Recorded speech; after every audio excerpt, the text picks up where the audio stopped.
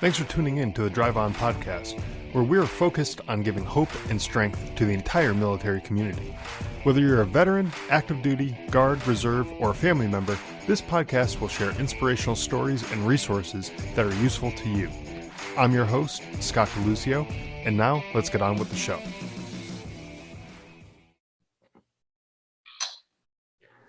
Hey everybody, welcome back to the Drive On podcast. Today, my guest is Brett Currier. Brett's organization, VetGigs, is an online talent marketplace that connects veterans with employers seeking to hire them as skilled professional service freelancers. Brett's here today to talk about his career in the military, his transition out of the military, and how VetGigs came to be and how it's helping out veterans. So welcome to the show, Brett. Hey, thanks so much, Scott. I'm really happy to be here.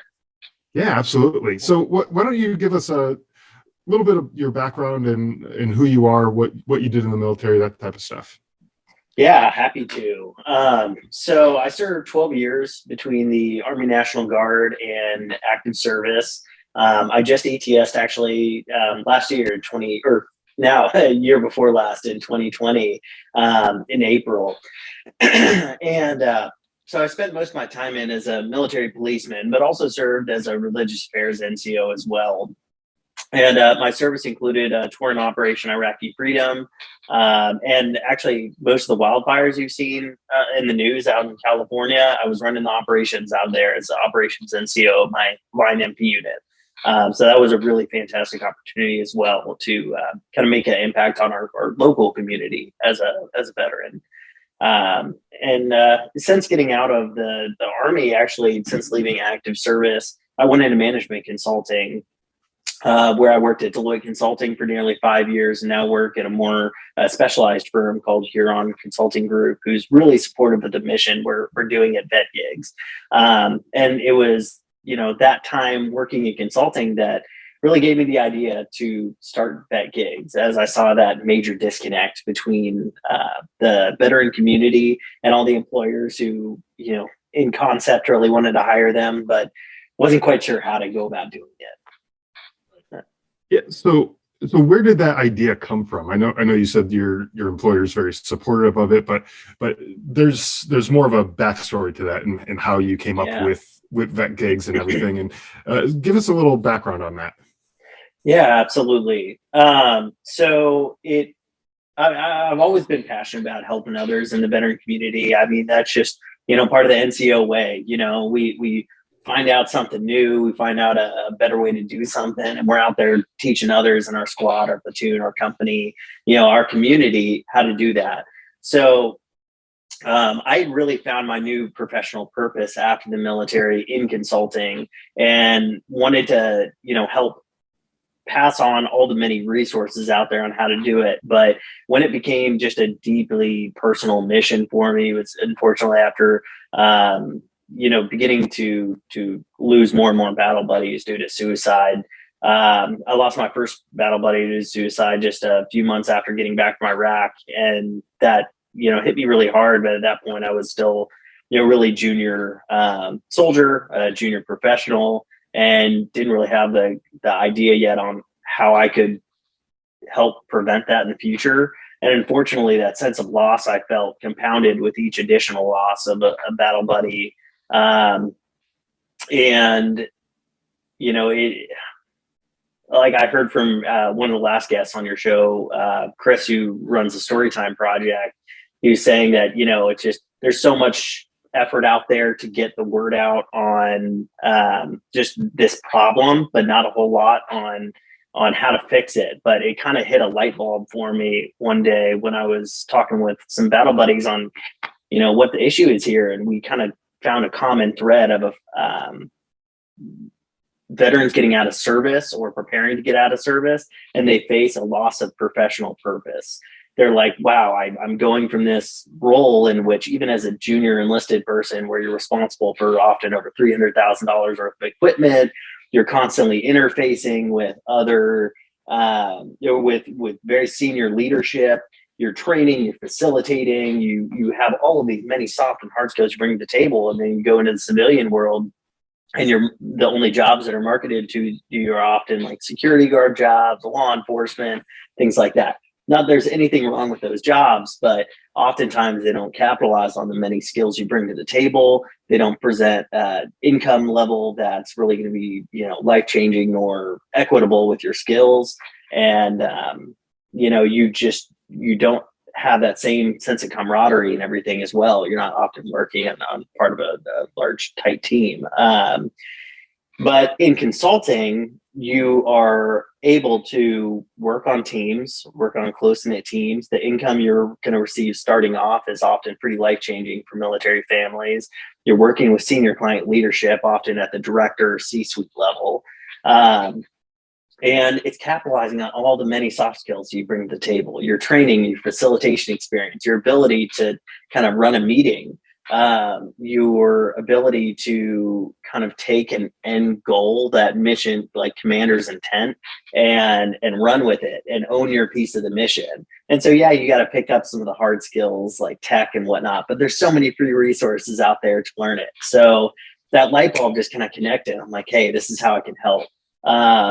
And the idea actually started off as a staffing agency originally. And I was like, look, I can, help connect these two communities, but I didn't really see that as scalable. And one day I was kind of looking at the Upwork and Fiverr freelancer marketplace models out there. And I'm like, hey, they're really scalable and they connect communities well together. Why don't we have one of those for veterans? And I didn't see one out there, so I built it. And that's, our business side is connecting those two parties together and helping iron out all the pain points with freelancers, or with, being a freelancer. But our real mission comes in the altruistic side, where we're just talking with veterans day in and day out, helping them figure out their career goals, helping them figure out what's next. And then once they figure out kind of what they want to do, whether they want to work with us as a freelancer or not, we help them get the hard skills they need to find their new sense of professional purpose, and help them get into the next mode of work. And if they want to go work at a big consulting firm, we'll help get them a referral there. If they want to work with us as a freelancer, that's great. I mean, it's our business strong suit, and something we can definitely help them with as well. One of the things you touched on there, and I really love this about veterans and the work ethic and their way that they do things, is you said you did a little research on the different marketplaces that are out there, the Fiverr, the Upwork, and all that kind of stuff, and you noticed that there was nothing out there geared specifically towards veterans. Not saying that veterans couldn't use any of those other marketplaces, but nothing geared specifically towards veterans. And so you built it. You see a problem and you say, well, there's a problem out there. I'm going to solve it, and I'm going to figure it out and do it. That probably wasn't the initial goal of your research and everything, that you were looking to come up with a whole new solution here, but that's what ended up happening. You saw the problem and you just decided, well, hell with it, I'm just going to do it. So great way to look at the problem, and a great thing that veterans do is they just go out there and solve problems. And when you were getting out of the military, with your own transition out, what challenges did you face in that transition that might parallel some of the things that some of the people that you're working with might be facing as well?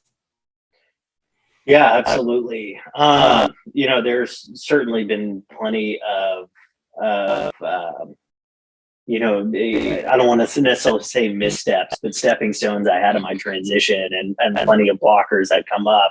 And I'd say, one of the major things we as veterans bring to the table is that level of tenacity that we approach, problems. It's, I certainly didn't set out to build a new platform, as you said, but, I, as any soldier would, look at the problem, saw, look, we have this problem.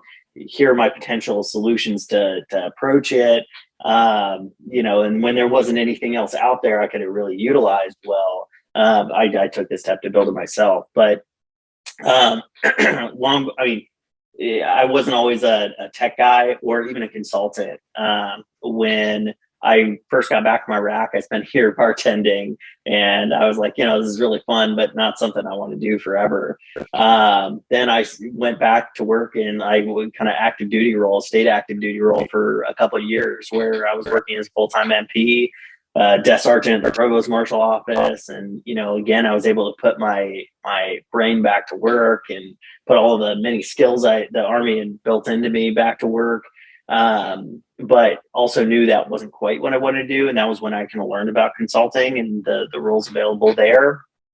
It's funny because I actually remember the moment in which I learned about management consulting. So I was working at the front desk of the California National Guard headquarters. And it was a late shift or a really early shift. There wasn't much happening, but I was sitting next to my NCOIC, and I read a study by Deloitte or McKinsey, one of the big consulting firms out there.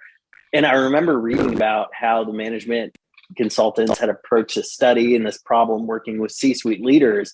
I'm like, oh, wow, it sounds a hell of a lot like what we do as soldiers. As an operations sergeant or as like a platoon sergeant or whatnot, approaching these problems with your command staff. I'm like, this is what we do every day. So why isn't this a more natural transition into the civilian world rather than, folks getting pushed into really low skill, low wage work? And I kind of brought that up to my NCOIC, who's he just kind of poo-pooed all over the idea a bit, saying that was not really a job for us. That was a job for the Ivy Leaguers, and those of more privilege. And I was like, oh, I don't think so.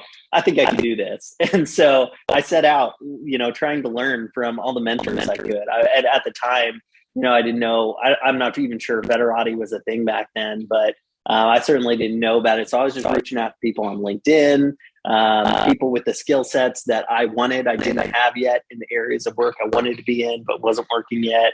And through those, and even things like the consulting subreddit, I just, soaked up all the resources I could, charted my path forward, and continuously refine that plan, just like we would do on the battlefield. We go into it with the best well-intended plan, but it just doesn't quite survive after getting punched in the face. So we reform, we keep going, charging forward. So now there's really great resources like Veterati out there that veterans can go and veteran spouses can use. I'm a really big fan of it. I've used it both as a veteran and as a mentor pretty extensively, and it's been fantastic. And I think it's important, even once you achieve your first level goals, keep going back and finding mentors who can help you achieve that next step. It certainly helped me with VetGigs, and that same method helped me really get into consulting as well. And when you transition out of the military, obviously the first step is finding your next step, the whether it's education or job or whatever it happens to be for you. You need to figure that step out, but there's always growth after that. It's not like you're just going to go and start a job and then just stay stagnant in that same job for the rest of your career. You're always looking to improve yourself and grow.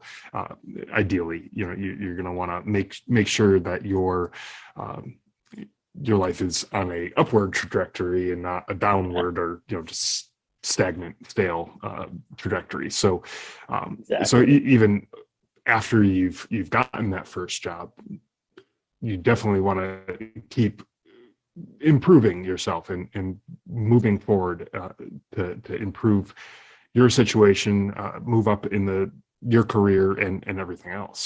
So that's great. So has this always been something that's been like in your wheelhouse, looking for solving problems, finding new things to do, or is this something that just kind of sparked after getting out of the military? Yeah, so I've certainly always been entrepreneurial. I actually had my first legal business when I was 11 years old on the Army War College when I was there as a dependent. I had to shine my dad's shoes anyways, and it was just one of my chores. And so I figured, hey, why not make some money at this too? And I wanted to just kind of do it under the table. My dad wouldn't let that happen, so he actually made me march myself into the MP, provost marshal office, get a business license, and do it for real. And at first, they laughed me out of the door, but he came back in and was like, "No, he actually wants to do this. It's not a joke." And so, that was actually really successful. My first kind of entree into entrepreneurship. But of course, it took a long hiatus with being in the Army. I had one business during that time. But this is my first big one after completely leaving the military, and it's something that is incredibly meaningful for me, and really became more than a business and really a mission. As I continued to lose battle buddies and saw that this is a problem in the community that needs more than just awareness, but an active participation from us as a community stepping up and working on it. Because I mean, there's so many resources out there, but I kind of use the metaphor as strands of rope. I feel like folks get really disheartened when they can't get all the services they can from one resource. But when we talk with each other, like you and I talked, Scott, we inform each other of some resources, or especially inform others of resources on your platform, on this podcast. We start tying knots between all the ropes, and we create a net, and that net is what really holds up our community together. So, Yeah, it does. And that's one of the things I like to do on this podcast is share all these different resources, things like VetGigs and other organizations that I've had people on to talk about, because maybe, and VetGigs is something that's going to help them out, but maybe it's something else that they're having a problem with, but they know somebody who's having a problem with their career. So now they've listened to this episode, they've heard a little bit about what VetGigs does, and we're going to get into more about how that works with veterans and everything. But then they're able to share that information. And so just like you said, and I like that analogy of tying those pieces together in order to form that net that's going to help catch all the issues that we might be struggling with. And that's a really good way of thinking about it, because each individual strand is just not going to do it all on its own. But when you start tying these strands together, you make something that's much stronger and a much more supportive net that's going to be able to catch these issues as they drop down. Yeah, exactly. It takes all groups. Let's talk about that aspect. Oh, yeah. Let's talk about the aspect of the professional services, the freelancing side of things, where the people who are looking to find a new purpose after the military, how does the freelancing aspect of it help them find that new purpose after getting out? Yeah, that's a really great question. I had the opportunity to work in multi-facets across professional services, both at a big consulting firm like Deloitte, one of the largest in the world, now at a much more specialist firm, Huron Consulting Group, which is also still very large, but just more narrow and deep in certain industries. And I've had an opportunity to work before as a freelancer as well. And while working at a company provides a lot of security, provides you the opportunity to put all of your hard skills and soft skills to work, it can be great opportunities for veterans. What I find many still really many veterans and military spouses really value when leaving the military is a sense of autonomy. They're like, oh, I don't want to work for anybody else. I want to choose who I work for, and I want to choose, the hours I work and this and that. I worked in such a strict environment as the military. I want some freedom, And the cool parts about being a freelancer is you're still working for someone in the sense of, yes, they're a client, but you get to choose who it is. If you've had a bad experience working with a certain consulting firm, you don't have to work for them as a subcontractor. Maybe you don't want to work as a subcontractor for anybody and you want to work directly for higher ed institutions or government agencies or whoever it is who's going to be that end employer. There's plenty of opportunities to do that. The other, really big benefit is you are paid your market value as a freelancer, whereas as an employee, you're constantly having to go back to them and ask for pay raises when you upskill. So say you're a Salesforce consultant, you get your first level Salesforce administrator certification, and you get a job, $70,000 a year working in a big consulting firm as a Salesforce administrator. But then in 6 months, you go and you get your app builder certification or whatnot. That may have just nearly doubled your market value. And if you had got a job then as a platform, as a app builder, maybe that's $120,000 job. But you're going to have to go to them and they're going to say, oh, wait till the end of the year and then you can ask for that pay raise. So you write your end of the year justification as an employee and you say, hey, I got this new certification. This is what my new market value is and how I'm providing all this new value to the firm. And they will say, okay, cool. We're going to give you a 15% raise.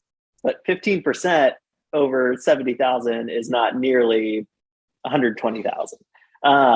But the difference is, as a freelancer, if you get that new certification, you don't have to wait a year to ask for pay raise. You simply update your asking bill rate to, maybe going from $50 an hour to $100 an hour. And when you get a new client, you're working for them as an app builder, you can then charge that new $100 an hour and your market valuation immediately goes up and you're charging what you're worth. The other really big benefit as a freelancer is you don't have all of the extra work on top of your 40 hours billable rate that you would have at a consulting firm. So at a consulting firm, you have your 40 hours or 50 hours a week that you are billable to a client. But then on top of that, they regularly want you to be part of the sales process, to write proposals. They want you to be working on extra initiative things, which could be everything from planning a holiday party to, coming up with new methodologies and working on templates and things like that to grow the firm's assets and that they're bringing to the table. So that can very easily take a 40 or 50 hour work week to a 60, 70, 80 hour work week, especially at the big four consulting firms. It's quite common. As a freelancer, no one is going to ask you to stay on beyond your 40 hours on your client site or not on your client site. That could be virtual or in person because they have to pay you per hour to do that. So no one's going to pay you $100 an hour to plan a holiday party. Unless you're really, really good at planning holiday parties, maybe. If that's what you're consulting for, then yeah. Yeah, exactly. But if you're there to implement Salesforce, they're probably not going to pay you to do that. And so, your hours really stop there. And yeah, maybe you have 5 hours extra a week that you're invoicing clients or, running payroll if you have other people working for you, managing your QuickBooks for your expenses you had during the week, things like that. But it's not going to come close to anything else. And if you're using a tool like VetGigs, we eliminate a lot of those pain points for you because you don't have to invoice the client. That money gets dropped right in your account. You're not spending nearly as much time finding work and writing statements of work because we help you with all of that. And so we really iron out a lot of those pain points, but you get all the many benefits that comes with being a freelancer. And the you're gaining the same benefits as if you were working at a big consulting firm in the way that, you're working as part of a team. You own your own piece of the mission, and you're trusted with the autonomy to really accomplish that piece of the mission. You're often also have like people reporting to you, so you get to use that management leadership experience. And your growth is really only limited by your own ambition, because we have access to just so many free resources out there to grow your tech skills, your business skills, everything else. And it's really just up to you. So, that's one of the areas we help out with is, helping veterans who maybe have zero background in technology or business, really figure out, what they could be good at in professional services and what their interests may be. Because, don't worry, you're not the only one. I had no background in technology whatsoever until, I decided to get interested. And now the stuff I do isn't super tech heavy. You don't have to be a coder or programmer. It's most of the configuration and tech I do isn't all that more complicated than updating your settings on social media. Right. One of the things that you mentioned, and it piqued my interest, and I'm curious about this, is how VetGigs kind of eliminates some of the admin work, the invoicing clients and that type of stuff. Can you tell us a little bit about how that works? So let's just take an example of someone who signs up with VetGigs and gets a job through VetGigs. What is the benefits that they get from using VetGigs versus maybe some other freelance type marketplace? Yeah. So we on the VetGigs platform, we really sought to identify all the pain points that comes with being a freelancer and try and iron them out the best we can, like wrinkles in a scrunched up uniform. So the first one we notice is, finding work really, because all of the other freelancer marketplaces I saw out there, while they were really good at connecting employers and freelancers, they weren't really focusing on these high skill, high paid jobs in professional services, things like technology positions, consulting roles, whether it be strategy, tech, or otherwise, accounting, finance, audit, legal. And so, it's not that there's anything wrong with the low bill rate jobs you see on Upwork or Fiverr, but the income isn't going to be really life-changing for veterans, nor is it going to give them an opportunity to put all of their many hard and soft skills to work in a way that the high skill, high bill rate jobs would be. So I've sought out to use my network in consulting to really grow the job opportunities on VetGigs to meet those high bill, high skill jobs. And we've also set up a number of really great partnerships with, great employers who really want to invest in their high skilled jobs. So I work really closely with a lot of CIOs and CHROs to just not just staff their their kind of lower echelon staff roles, but also their kind of leadership roles as well, where they really want a lot of skill and a lot of experience, but they don't want a full FTE in their operational expenditures. So that's not the first thing. We really help by cutting down the downtime between jobs by having a pool of really, really quality jobs on VetGigs, and that's growing all the time. Our pipeline's quite large and really just stemmed by the amount of veteran freelancers on the site. So as we grow more, you're going to see more and more jobs get posted as we hit different kind of thresholds of freelancers on the platform. The next thing is by helping cut down in the amount of time it takes to actually come to an agreement on the work. So in professional services, generally before you'll start a job, and whether you're a big consulting firm or you're a freelancer, everyone generally does this called a statement of work. And it basically just says, look, this is the scope of the work that's going to get done for this amount of money.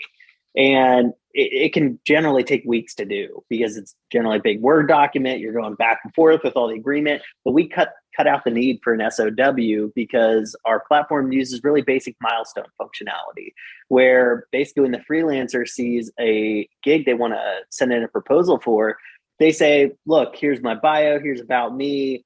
I will do X amount of work for Y amount per hour. Or maybe it's a single milestone job. It's not a repeating milestone that's going to go on for weeks or months.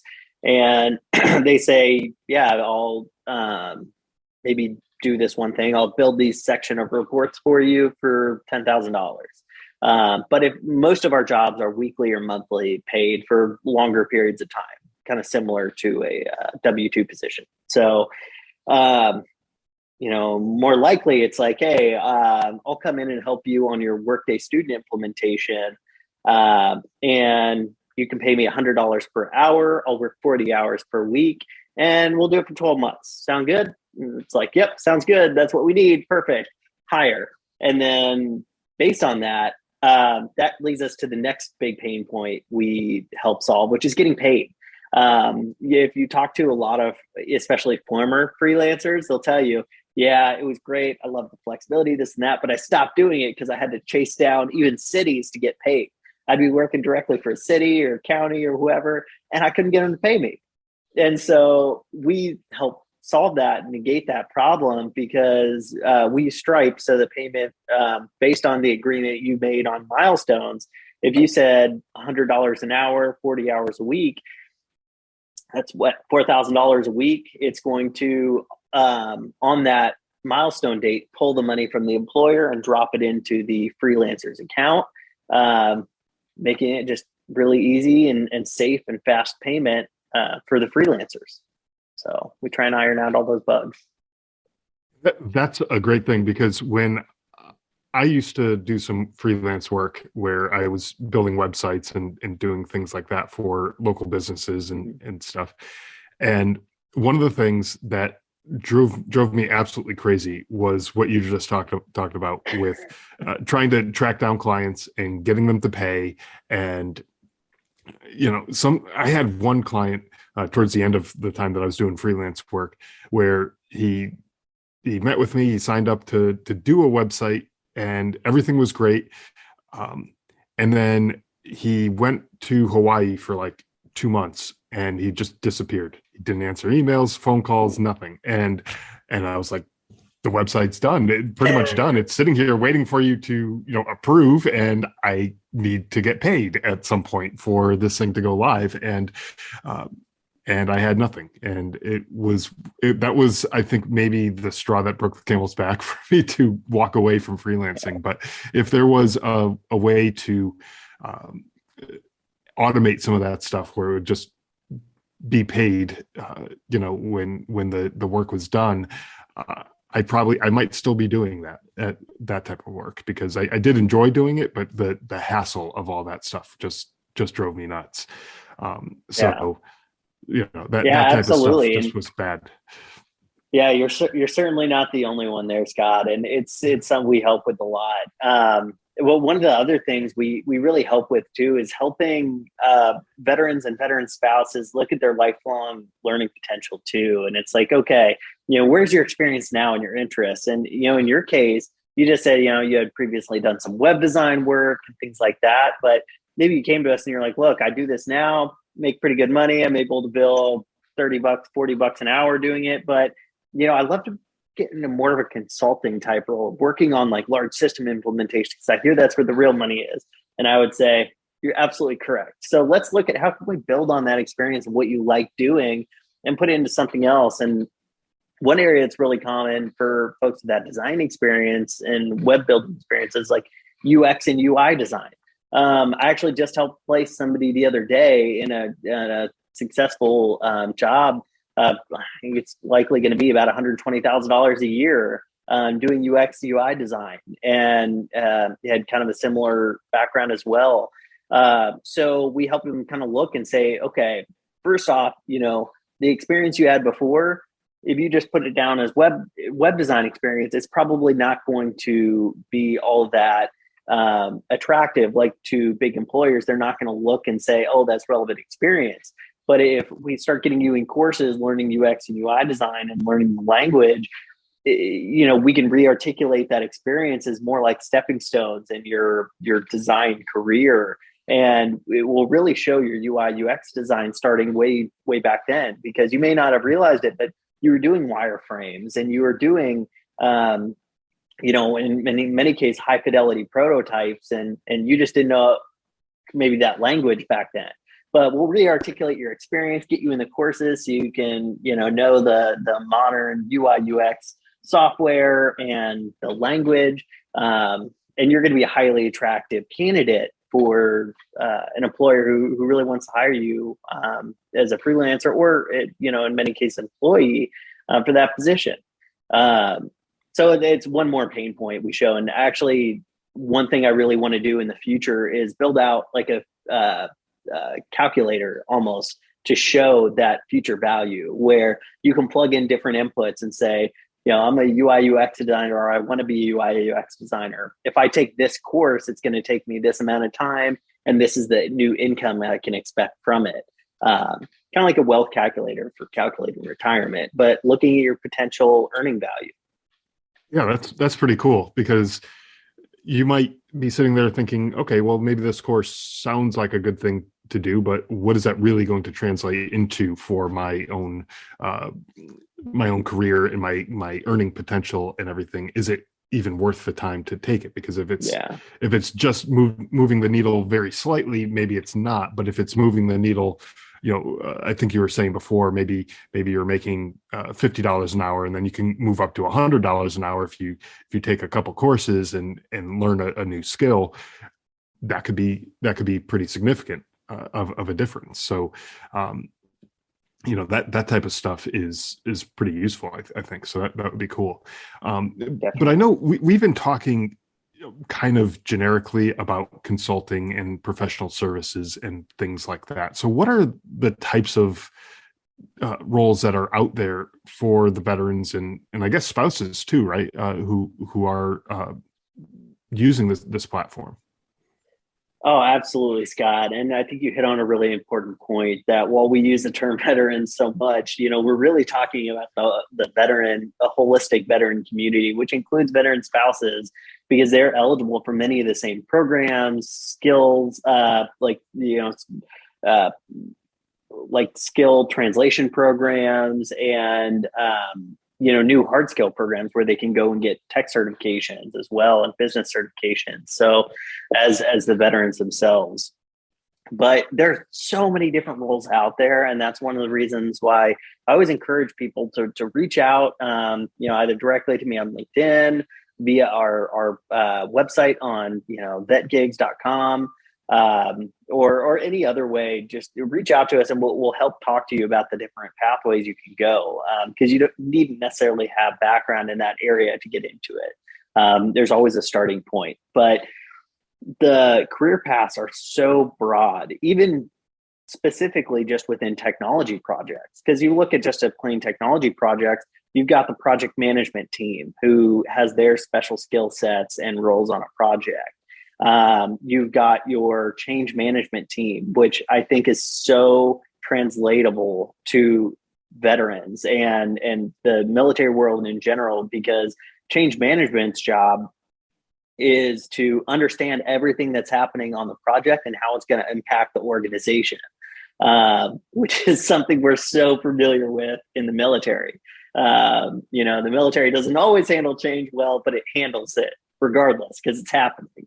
And so, anyone who's ever worked in operations or like an S1 shop or really any department, we're used to understanding what our piece of the mission, how it's going to impact other shops downstream or other units on the battlefield.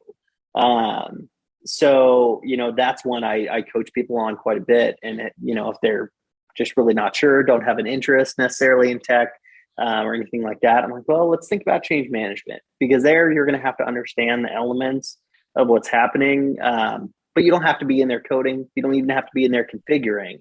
It's going to be more understanding what's going on and then building what are effectively SOPs. We'll call them business process designs in the business world. But you're building like new business process flows and writing communications going out to the organization or to the project team on what's happening. So that's a really big one. The other ones are functional consultants who really understand software as like to how it's functioning, how it's operating, what its capabilities and limitations are.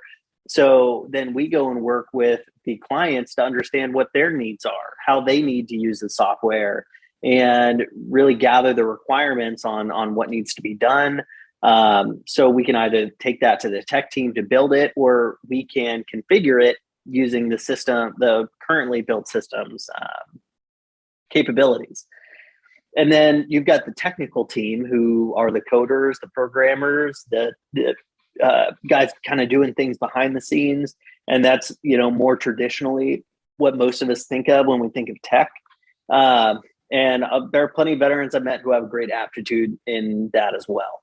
Certainly not me, but I've met plenty of those out there who, have been taking coding courses and whatnot while they're in the service. Good on them. That's awesome.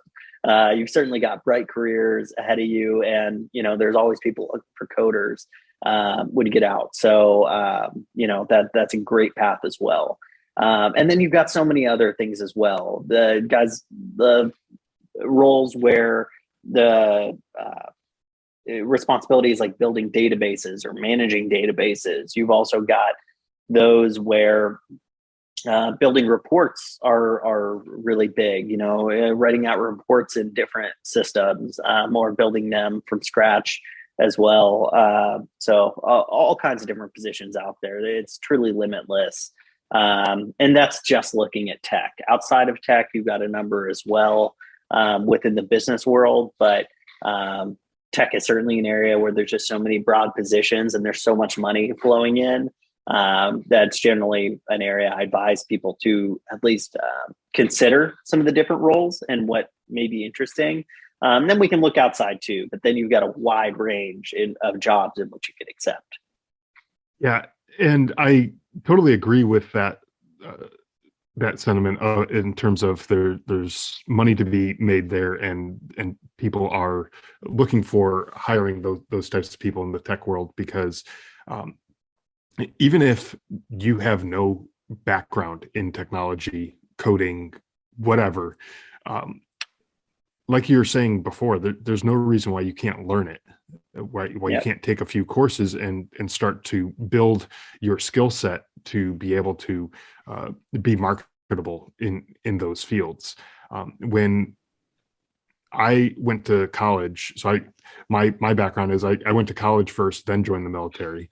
A little backwards from how a lot of people do it, but that's okay. I joined after 9/11, and I so that was kind of my spark for joining the military. But I was already in school at that point. I wanted to finish it out. But my degree was in accounting when I graduated, and I ended up teaching myself how to code and develop websites and everything. And that's what I do for work now. Is I learned how to do all that stuff over the years. And I was working a job that had nothing to do with coding or anything like that. But in my own spare time, I was teaching myself how to do all of that stuff. And there are so many resources out there, free resources. There's some paid courses and things like that too, but there's so many resources out there that there's no reason why, if that's something that you think you might be good at and you might enjoy doing, that you shouldn't be able to do that, even just in your spare time, just nights, weekends, that type of thing. When you have a little bit of time to just pick it up and try to see if that's something that you can even do. And chances are pretty good that you could do it if you just put a little bit of time into learning it. Especially if you don't have any of that background. But if you do have the background, even more, even better for your situation, because then you have that to be able to build on and improve new skills and everything else as technologies change. But there's no reason why people can't figure that out and learn how to do some of these things.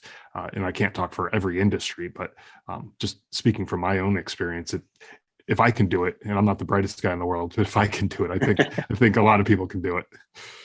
Yeah, I totally agree, Scott. Yeah, I tell people that all the time. Like, look, if I can do this, you can do this.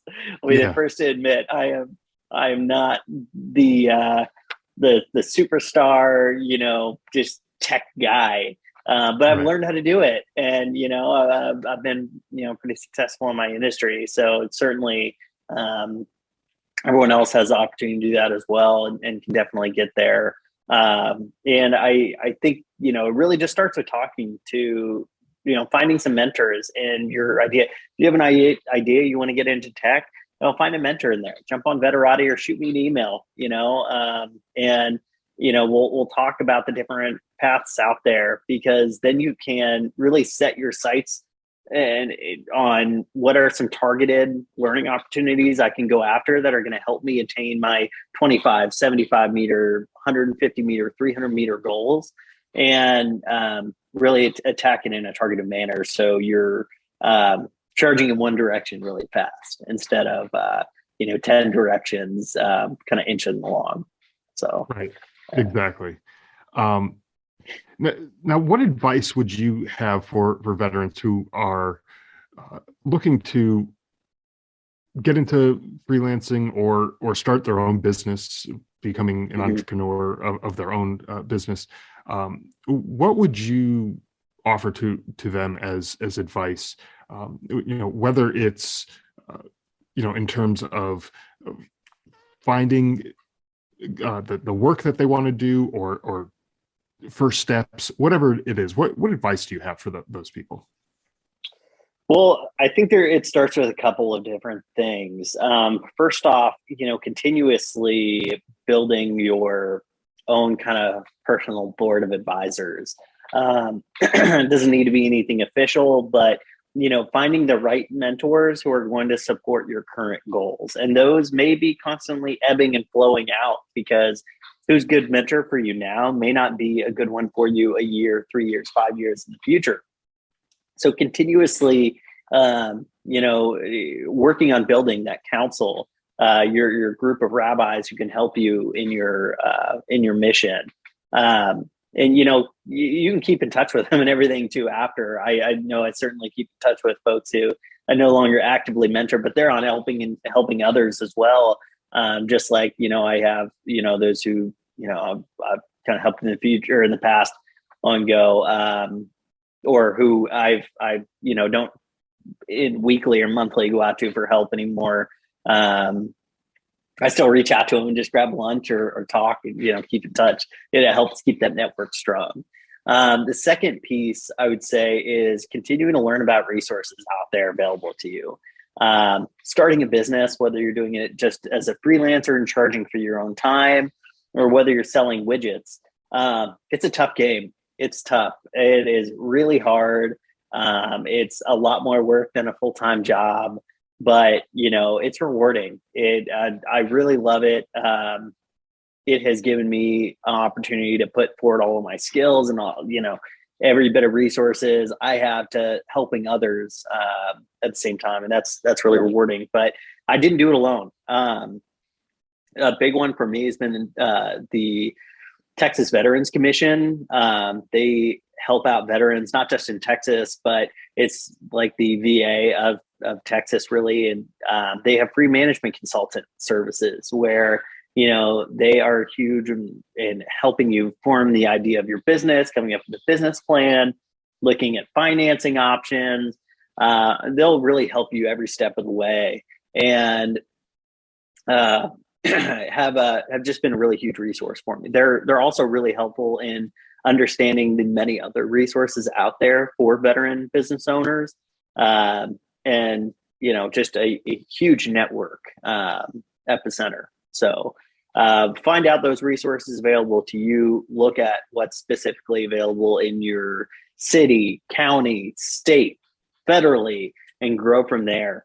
And continue to bounce things off of other people in your network too, because one thing I had just learned, earlier in 2021 was that when you're looking at government contracting, which isn't particularly my business, but I help out a lot of other veterans when they're looking at theirs, is they each accept every different state, local, federal agency will pretty much accept a different certifying body for service disabled veteran status. So if you want to sell something or a service or product federally to the government, they may look for the VA certification. But if you want to sell it to the state of Wisconsin, maybe they use some private agency that verifies service disabled veteran status. So it's not necessarily worth it just to go and immediately get it through the VA if you only plan on selling through a state or a local agency who is going to want a different certification that's going to cost you $200, $500, whatever. But I wouldn't have known that if I hadn't talked to some other veterans in my network and they were like, hey, be careful on this, like just as an FYI. I'm like, oh, okay, that's great. Now I know. I'm going to tuck that in the back of my memory for next time I help a veteran who wants to sell a product or service to the government. So just, learn the resources out there, and it'll not just help you, but other veterans in your network. And that just will continue to multiply its impact. Well, that's just like what you were talking about before with tying those strings together to make that net, right? You're taking that little bit of information from that other person. Now that's in your network as well. And so now those strings got tied together, and that just makes a more cohesive group of information that's out there to help out the people that not only you're helping, but other people, as you pass that information on, you pass it on to me and all the listeners. Now we have that information, and now we can use that to help out other people as well, which is great. But I wanted to just go back to one of the things that you were talking about before about the how you notice the results of your work as a freelancer, the effort that you put in, and what you're getting back from the work that you put in. It's totally true, because as a freelancer, you have the ability to just not work take a week off and go do whatever. You want to go to the beach in the summer or whatever, go ahead, and you could do that. You don't have anyone that you're really going to be answering to, unless you're in the middle of a project. Obviously you can't just walk away from that, but you can do that. But on the flip side, you're also not making any money at that time. So you start to notice the effort that you put in and what you're getting out of that effort. And it sort of fuels you to want to do more and get more involved, because I remember, getting the first couple of paychecks coming in, not paychecks, but, getting paid by clients. But, and I was like, I'm getting all this money for that much work. Okay, well, let's see if I can replicate that and do that again and again and again, and just increase what I'm getting out of it. But my kids. So funny that you mentioned your entrepreneurial journey and how you started off at a young age. But my kids started a little business where they were making these knitted hats, and they are selling them to just people in the local community. And they spent all summer, and we live in Arizona, so it's hot, but they spent all summer making these hats. And at the time, in the back of their head, they're probably thinking, why are we even doing this? This doesn't make sense, because who's going to buy these things? It's 110 degrees outside. No one wants a winter hat. But sometimes it actually gets pretty cold around here. And all the hats that they spent time making over the summer, and they weren't making any money over the summer because obviously no one's buying hats back then. But just before Christmas, the last couple of weeks, there's like a little craft vendor fair kind of thing in our area, and they just about sold out of all the hats that they had made, and they made a bunch of money, and they were so happy that they were just like, I want to make more, and where can we sell more? And it's like, Dad, let's get a website for this. Let's do this. And so the fire was just ignited in them. And so that's obviously a small scale because it's, kids and, the capacity that they have for making things, but they're learning that the effort that they put in to the work is going to translate into dollars at some point. And I think when you're a freelancer, you start to notice that as well. And I just think it's just a great thing to experience. And once when you experience it, you kind of catch a bug, and it's really hard to get rid of that bug. It's so true. It's so true. And it's really exciting when folks in the community start to see like they own their lifelong earning potential, and they're like, oh wow, I will never have to go to somebody else and ask for a raise again. Like this is right. Because I set my bill rate based on market rate, and that market rate increases as I get a new certification or I just grow experience. I remember when I started at Deloitte, I was working on a lot of sales work. That work I was telling you about that happens between the 40 or 50 hours a week you're billable and the 70, 80 hours of work you're working. A lot of that was sales work. And I got insight to what the company was billing for my time and, what I was making. And of course, you've got your benefits in there too, your healthcare, insurance, whatever.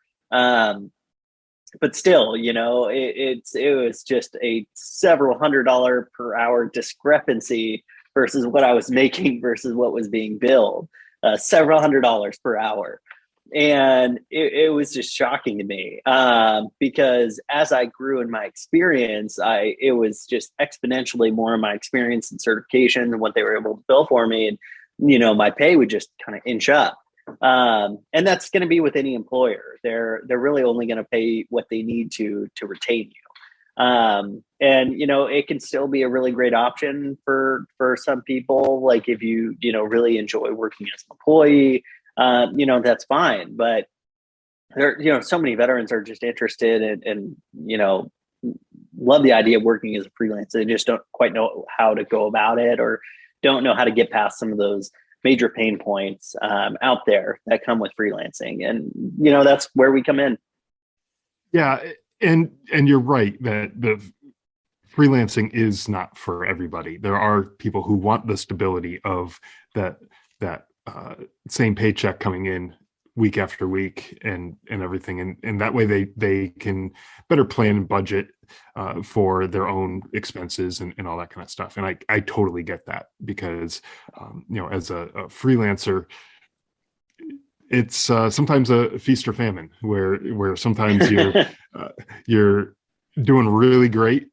And especially if you have a seasonal type thing that you're consulting for, or whatever the work is that you're doing, and it's seasonal, if it's more fruitful over the summer months, for example, you may do great over the summer and then really be scraping by over the winter. And so you really do have to plan out and say, okay, I'm going to stock some of this money aside. I'm not going to blow it all right now just because I'm getting paid a bunch right now. And you have to really learn how to manage your money too.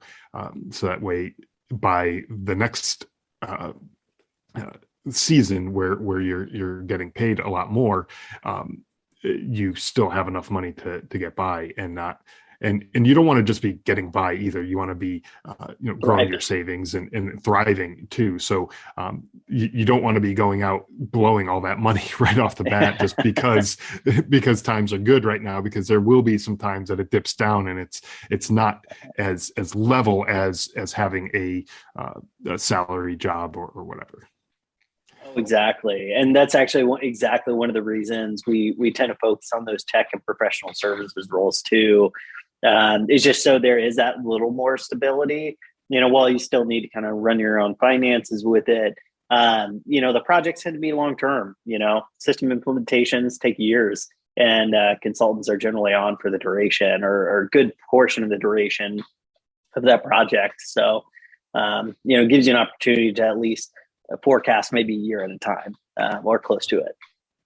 Yeah, and at worst case, a few months, you have an idea of what it's gonna look like. Yeah, so that's a good thing about this type of work, and where other types of work where you might be freelancing could be just those small one-off projects that maybe last for a couple of days or a week or two at most, and then you don't know what's coming next necessarily, and so that could be a scary time for some people, especially if they have families to take care of and other major expenses, a mortgage and car payments and all that kind of stuff that they have to deal with. You want to have a little more stability. So it's not the right thing for everybody, but it is, if you can make it work for you, it really is a great opportunity, and I've done it. I really enjoyed my time.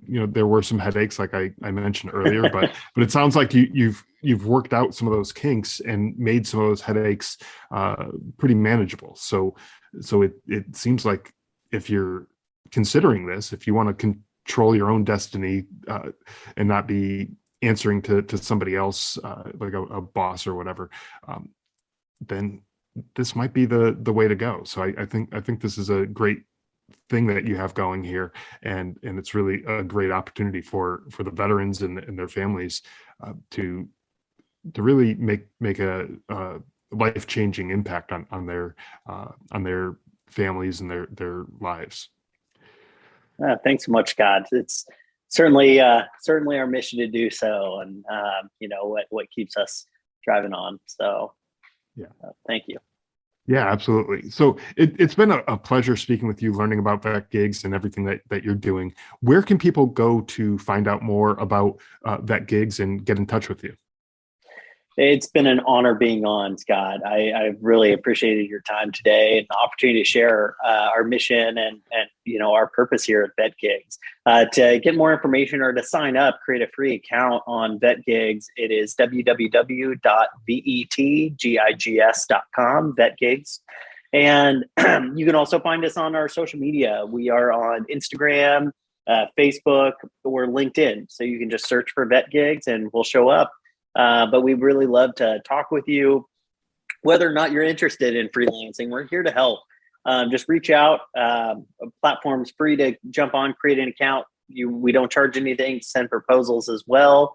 And you can actually reduce commission on work being billed on VetGigs all the way down to 1% by referring others onto the platform, helping share the word about VetGigs, and just helping us get the word out there, because we have so many opportunities, really valuable, lucrative opportunities available for veterans. We just, working on getting the word out since we just launched in October of 21.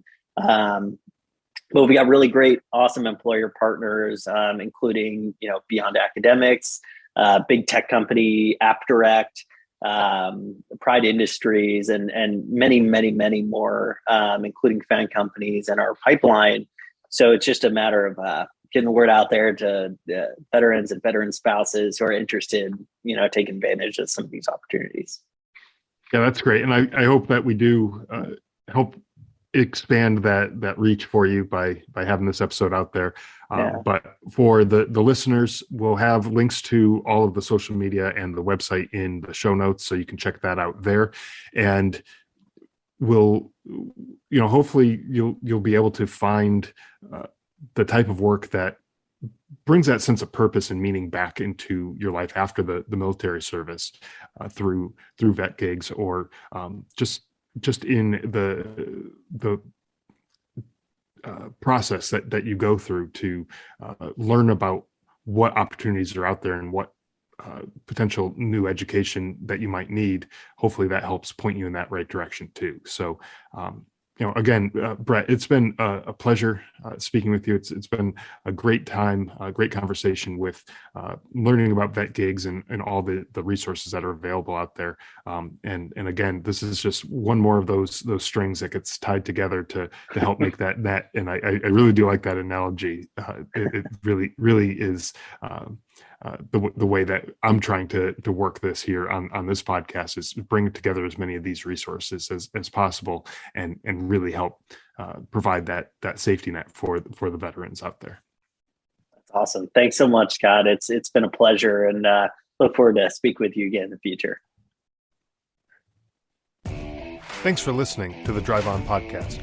If you want to check out more episodes or learn more about the show, you can visit our website, driveonpodcast.com. We're also on Instagram, Facebook, Twitter, LinkedIn, and YouTube at Drive On Podcast.